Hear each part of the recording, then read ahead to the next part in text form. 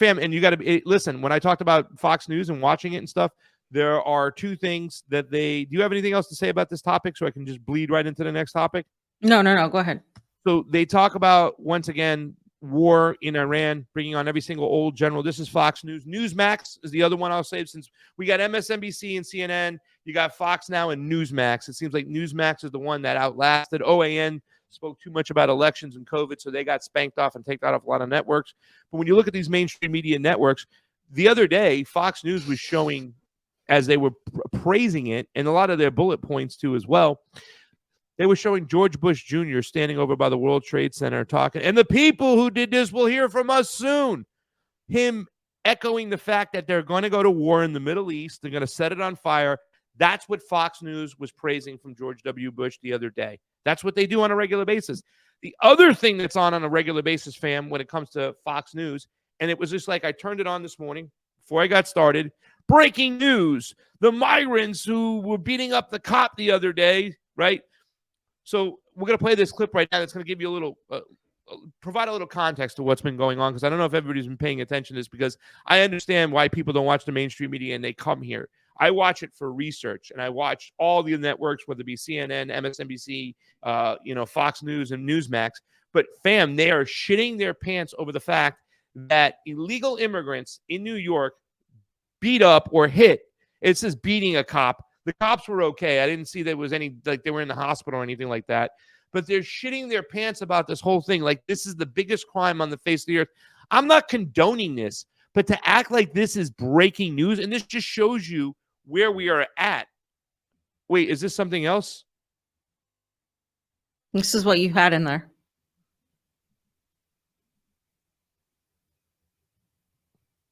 Okay. It's the right one. It's the right one. I got confused because I saw the Houthis thing on there. They went breaking news. They went out of the Houthi rebels. No, it's the Houthi government, right? It's the Yemenis government at this point. It's Ansarallah, actually. They're now the standing government. They're not Houthi terrorists. They're not Houthi rebels anymore. It's ridiculous. Yeah. But anyways, this is what like the breaking news is for these people over here, fam. You got to check this out. It's going to give you a little context of what's been going on and where they've been spending the majority of their time at the border in situations like this. And I get it, right? So this might not be good what the migrants did, illegal immigrants, if you want to call them that, undocumented workers, whatever you want to call them at this point. I'm not fucking arguing that anymore. I don't think any human is illegal, and I think it's a stupid term. And once again, they're here because we're there, bottom line.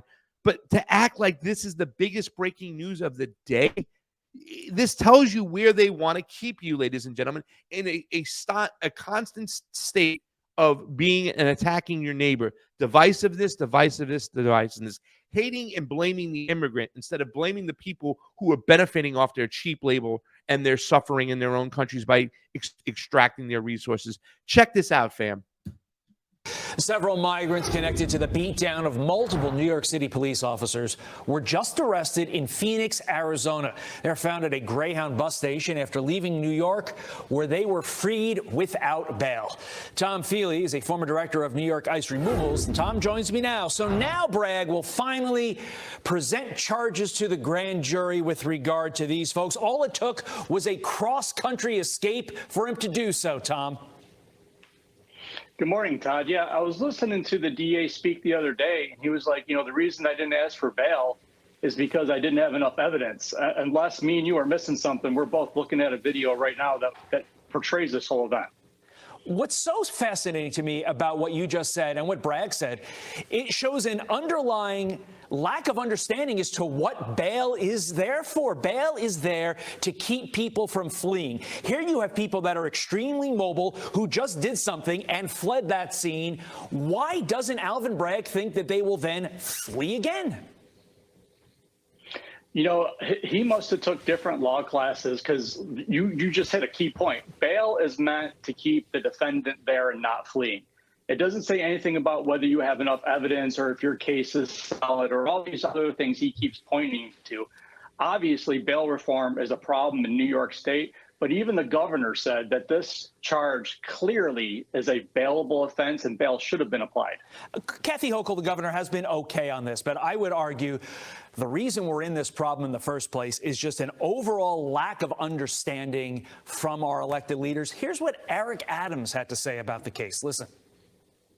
While these 5 individuals are migrants, I want to reiterate the overwhelming number of 170,000+ migrants and asylum seekers are attempting to continue their next leg of their journey of pursuing the American dream. Tom, he just doesn't get it. Can we ever truly solve this crisis if Democrat leaders like Eric Adams and Democrat leaders across the country fail to distinguish between legal immigration and illegal immigration? Right, and the legal term is found in 8 USC and 8 CFR as a legal alien. Listen, New York can solve this problem today. All they have to do is stop being a sanctuary city, take ICE's lawful detainer that's issued with a lawful administrative warrant and a lawful administrative order of removal, and get rid of this horrible green light law that New York State has that prohibits New York State working with ICE. ICE officers, I think Adams was saying, we're not prohibiting ICE from doing their job. Yes, you are. We can't run license plates. We can't run criminal histories. We can't do all the investigative things that we need to do to keep New York State because of this green light law. And the governor, she can take care of this today. Those 3 things, you get rid of that, New York State's a great place again. Finally, shocking video showing a woman being dragged along a Brooklyn street by migrants, and they're part of an actual gang linked to dozens of attacks. They mobilized this gang pretty darn quickly, running rampant through the streets of New York as far back as November of last year, racking up 62 grand larcenies and dozens of attacks. Tom, no respect for our laws and no fear of any consequences. Final thoughts to you. Listen, if illegal aliens are going to outright attack and assault our police officers, if they have no respect for that, they can give 2 craps about you and I, Todd. That's just the reality. They don't care about the rule of law. New York State and the governor and the mayor of New York are trying to turn the other way, but New York is not safe anymore. And eventually people are going to wake up to the fact that that's the reality. We're not safe. There's too many illegal aliens here. We need to close the border, institute all the policies that Trump had that Biden took away on day 1, and the country will be better. We don't need a new bill. We just need to enforce the law. Tom Feely, thank you for your thoughts this morning. We appreciate it. Fam, there's so much to unpack there. I don't know if you want to jump in there too as well, because I to me this is kind of crazy, because first off, the way they try to make these one-off situations, these migrants who are breaking the law or part of gangs are now here and stuff like that. But to try to paint a picture on all migrants that way, you know what I'm saying, is really, it's terrible, right? And it's messed up that you take this situation with certain individuals and you try to paint them all with that same brush. Number 2, there still is no talking about why the migrants are here. I had Anya Parampel on the show the other day. We talked about this. We've been trying to talk about solutions on how we fix this, and understanding. And Don DeBar has said it so many times on my show and our show in the Convo Couch. But when we talk about migration, is that, well, a lot of times these people see that their resources are extracted and it's brought here to the United States, and they're just following their stuff here, hoping there's a little trickle down when they get here. But at the end of the day, the majority of the people we understand that come here, right, are just people looking for a better life. You said it in your tweet, which we're going to talk about in the next section, about what they're trying to do. They hide in the shadows. They're just trying to make money to send home. Their country has been messed with. It's a war-torn country. We talked about the Contras and the Sandinistas, how we support all these murder death squads.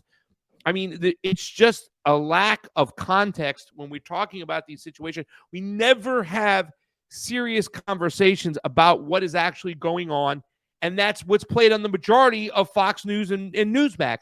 This, what I showed you, is the majority of taking up their space. Like, this is the biggest, craziest issue on the planet right now, the most pressing issue. And I'm not even saying that it's right what they're doing, and I'm not justifying what they're doing, but to act like this is the number one situation, they just want you to, once again, fear and hate the immigrant rather than fear and hate the ruling class. Go ahead, fam.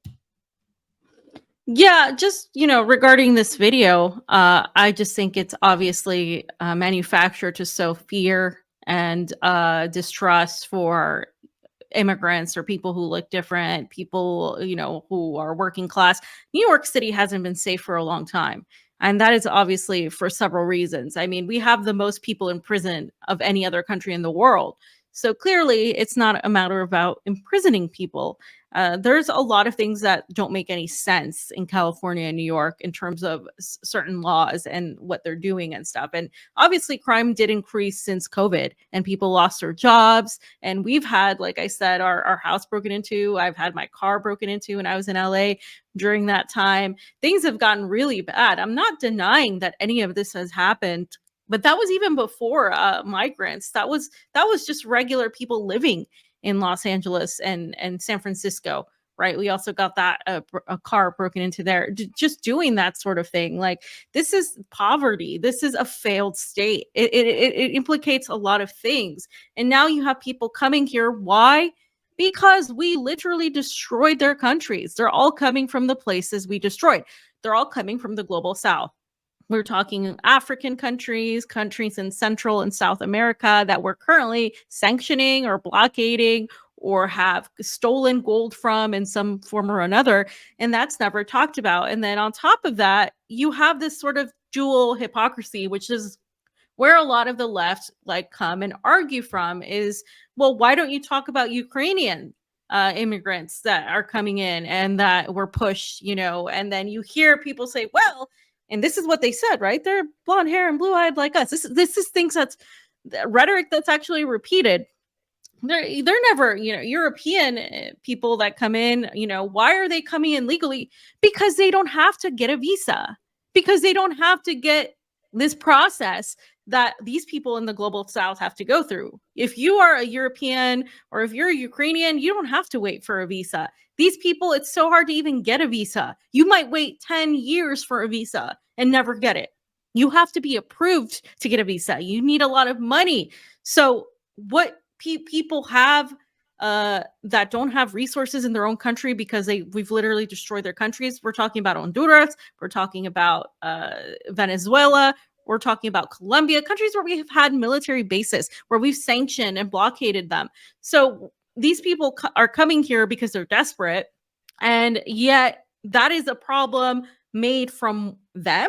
Or is it a problem made from those in power who have literally and continue to wage war all over the entire world? We're not attacking the problem. We're only attacking the symptom. And when you talk about the border crisis and you don't talk about why these people are coming here and you just say, well, their people should come legally. Well, okay, let's see how it's impossible for these people to come legally in a lot of ways. Like I said, it takes years. And what about Israel and what Israelis have done? So it's okay for Israel to go to a foreign country and settle there because they have some religious right to it. And then, of course, the left can come and say, well, it's okay for, Mexicans to come in. It's okay for other people to come in because what did the English do? How was America created? Oh, that's right. They came in there and they settled. So you get into this argument of, do they deserve to be there? Do they not deserve to be there? What is the consensus here? And this is why I say this whole thing is a psyop. And that's, the next section that I want to talk about, because I think this is made for us to start some sort of civil war and actually lose the ability to have a class war, a war against those running the country, those elites who are literally using this to fuel a type of poor on poor war. And that's exactly what's going to happen if this continues.